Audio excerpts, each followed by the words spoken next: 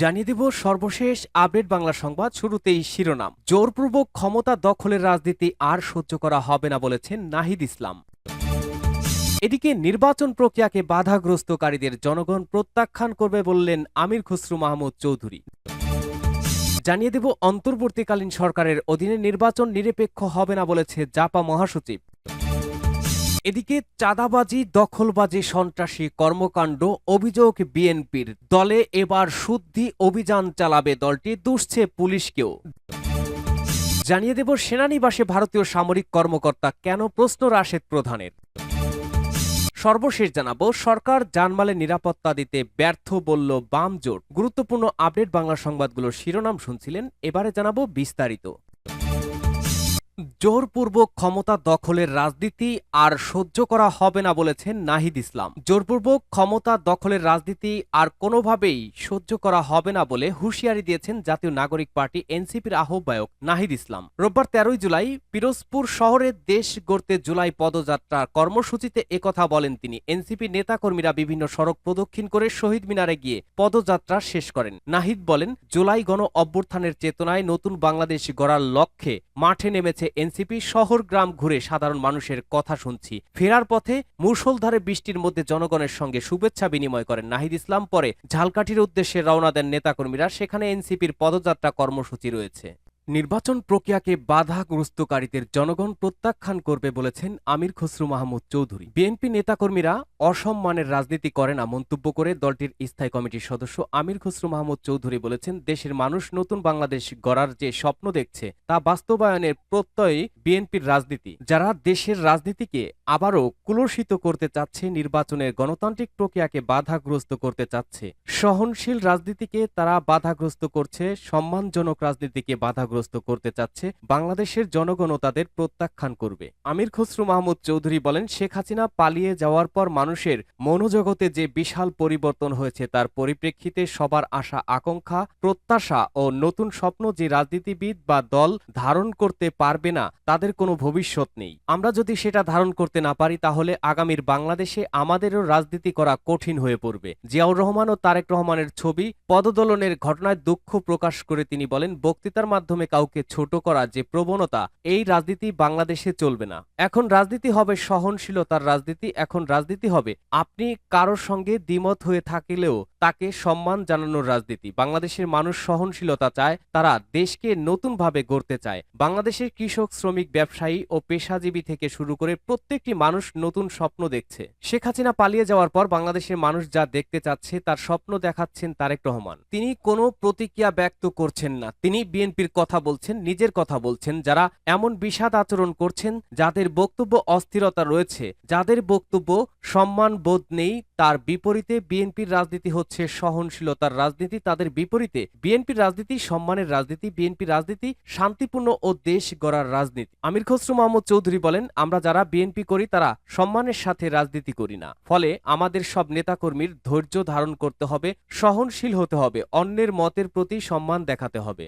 অন্তর্বর্তীকালীন সরকারের অধীনে নির্বাচন নিরপেক্ষ হবে না বলেছে জাপা মহাসচিব। জাতীয় পার্টি মহাসচিব ব্যারিস্টার শামীম হায়দার পাটোয়ারি বলেছেন, বর্তমান অন্তর্বর্তীকালীন সরকারের অধীনে নির্বাচন হলে তা নিরপেক্ষ হবে না। এই সরকার প্রাথমিক নিরপেক্ষতা হারিয়েছে। রোববার 13 জুলাই সন্ধ্যায় রংপুর জাপা চেয়ারম্যানের বাসভবনে সাংবাদিকদের সঙ্গে আলাপকালে তিনি একথা বলেন। তিনি বলেন, এনসিপির সঙ্গে এই সরকারের ওতপ্রোত সম্পর্ক আছে এবং এনসিপি সাজানো প্রশাসনের ছকে দেশ গোছানো হয়েছে। ফলে নির্বাচনে এনসিপিকে একাধিক সুবিধা দেওয়ার চেষ্টা করবে বর্তমান সরকার। এ সময় অন্তর্বর্তীকালীন সরকার পুলিশ প্রশাসনকে নিয়ন্ত্রণ করতে ব্যর্থ দাবি করে তিনি বলেন, গত পরশুদিন ঢাকার মিডফোর্ড হাসপাতালের সামনে সোহাগ নামে একজনকে পিটিয়ে হত্যা করা হয়েছে। তার 100 গজের মধ্যে আনসার ক্যাম্প ছিল। ক্যাম্পে আনসার ছিল, তাদের হাতে অস্ত্র ছিল, কিন্তু কেউ সোহাগকে বাঁচাতে এগিয়ে যায়নি। অর্থাৎ বর্তমান সরকার পুলিশ প্রশাসনের উপর নিয়ন্ত্রণ রাখতে পারছে না। পুলিশ প্রশাসন দিয়ে দেশের মানুষের নিরাপত্তা নিশ্চিত হচ্ছে না। এ ব্যাপারে সরকার তীব্র ব্যর্থতার পরিচয় দিচ্ছে। জাপা মহাসচিব বলেন, সরকার মবতন্ত্রকে নিয়ন্ত্রণ করতে পারছে না।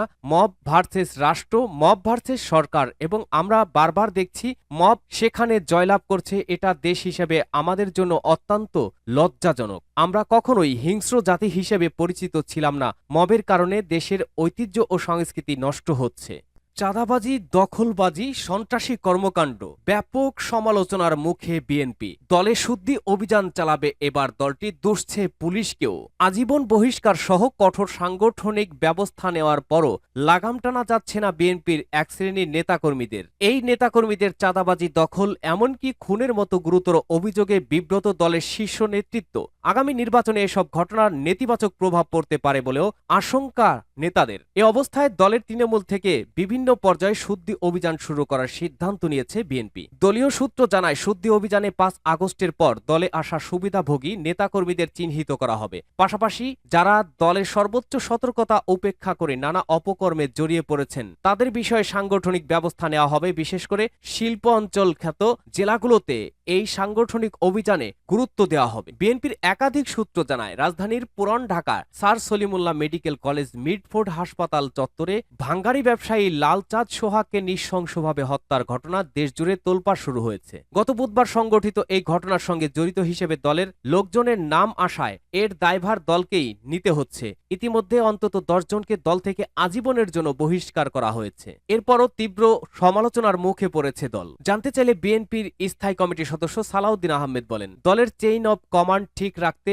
অচিরেই জেলা থেকে শুরু করে তৃণমূল পর্যন্ত শুদ্ধি অভিযান চালানোর সিদ্ধান্ত নেওয়া হয়েছে। অচিরেই এটা শুরু হবে। মিডফোর্ডের ঘটনার বিষয়ে সালাউদ্দিন আহমেদ সংবাদ মাধ্যমকে বলেছিলেন, হত্যার ঘটনায় যুবদল, স্বেচ্ছাসেবক দল ও ছাত্রদলের অভিযুক্ত সদস্যদের আজীবন বহিষ্কার করা হয়েছে। এরপরও বিএনপির উপরে দায় চাপানো হচ্ছে। এটা পরিকল্পিত ও নোংরা অপরাজনীতি। সরকার জানমালের নিরাপত্তা দিতে ব্যর্থ বলল বাম জোট। অন্তর্বর্তী সরকার জনগণের জানমালের নিরাপত্তা দিতে ব্যর্থতার পরিচয় দিচ্ছে বলে মনে করে বাম গণতান্ত্রিক জোট। এই জোটের নেতারা বলেছেন, খুন, সন্ত্রাস, ধর্ষণ, চাঁদাবাজি, মব, উচ্ছৃঙ্খল জনতার সংঘবদ্ধ আক্রমণ একের পর এক চলতে থাকলেও সরকার কার্যকর কোনো ব্যবস্থা নিতেই পারছে না। সরকারের উচিত হবে যত দ্রুত সম্ভব জাতীয় নির্বাচন দিয়ে বিদায় নেওয়া। রোববার বিকেলে জাতীয় প্রেস ক্লাবের সামনে বিক্ষোভ সমাবেশে বাম জোটের নেতারা এসব কথা বলেন। জনগণের জানমালের নিরাপত্তা দেওয়া, মব, সন্ত্রাস, হত্যা, ধর্ষণ বন্ধে কার্যকর উদ্যোগ গ্রহণ এবং এসব অপরাধে জড়িত ও মদতদাতাদের বিচারের দাবিতে এই সমাবেশের আয়োজন করা হয়। বাংলাদেশের কমিউনিস্ট পার্টির সভাপতি মোহাম্মদ শাহ আলমের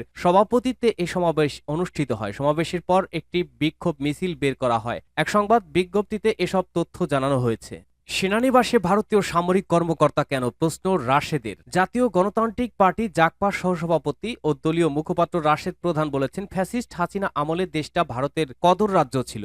রাজনীতি, সরকারি বেসরকারি প্রশাসন সব জায়গায় শেখ হাসিনা ভারতীয় গোয়েন্দা সংস্থা রয়ের উপস্থিতি নিশ্চিত করেছিল। কিন্তু হাসিনা মুক্ত বাংলাদেশে দেশের গুরুত্বপূর্ণ স্পর্শকাতর সেনানিবাসের অভ্যন্তরে অবস্থিত সশস্ত্র বাহিনী পরিচালিত শিক্ষা প্রতিষ্ঠান MISTতে ভারতীয় সেনা ও নৌবাহিনীর কর্মকর্তা কেন?